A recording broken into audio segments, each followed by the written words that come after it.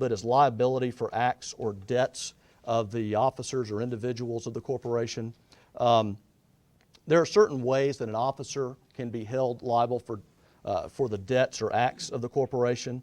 If they use this corporation merely as a sham corporation to evade personal responsibility, obviously that would be something where the corporate veil, you heard about that, can be pierced.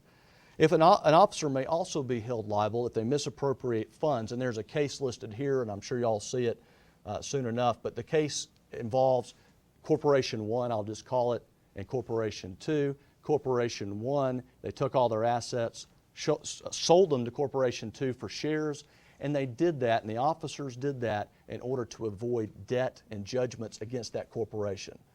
I mean, probably obvious to y'all, but you can't do that. That can open you up to liability.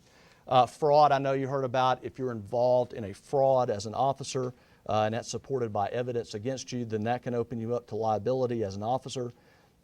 If you participate in unauthorized or wrongful acts of the corporation, if in Alabama the general rule is that officers or employees of a corporation are liable for torts in which they have personally participated.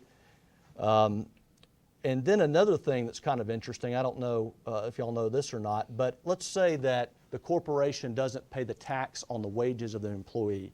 Can the officers of that corporation be liable for those taxes? Yes, they can. I don't know if y'all heard about that too, like Social Security paid on taxes. They can be liable for that. So you officers out there, pay your taxes. Anyway, another thing that we see, another term that's brought up is called ultra vires, and that's just a fancy term for acting outside the scope of your employment with the corporation. So an officer, let's say, is not authorized to go through and have a contract with another corporation, and they do that. Again, that can open them up. Fraudulent conveyances, again, that goes back to fraud. It's something that can open the officers up. Let's see here. We have just a little bit of time. One thing you'll see, and this is in closing, is you will see corporations in closing, they want to make sure the jury's settled down and everything's okay, and they want to say, what we did was standard throughout the nation. That seatbelt we have, that was standard.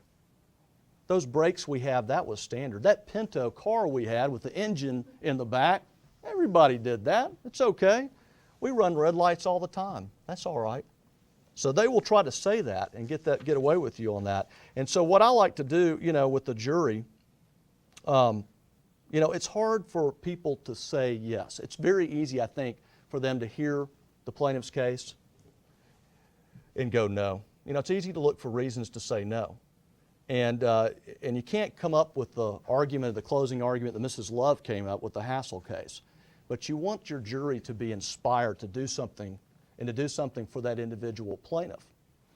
And so you need to have something written that's better than what I can write, for example, by Robert F. Kennedy.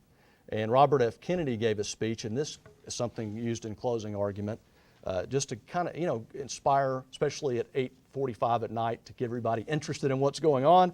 Robert F. Kennedy gave a speech in South Africa to the young people of South Africa, Day of Affirmation in 1966, and here it is.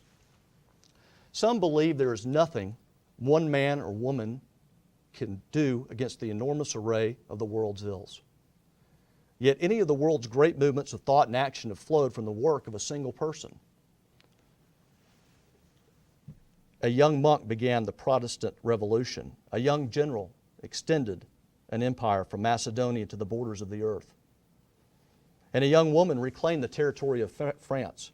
It was a young Italian explorer who discovered the New World, and a 32-year-old Thomas Jefferson who said all men are created equal. These people moved the world, and so can we all. Few will have the greatness to bend history itself, but each of us can work to change a small portion of events.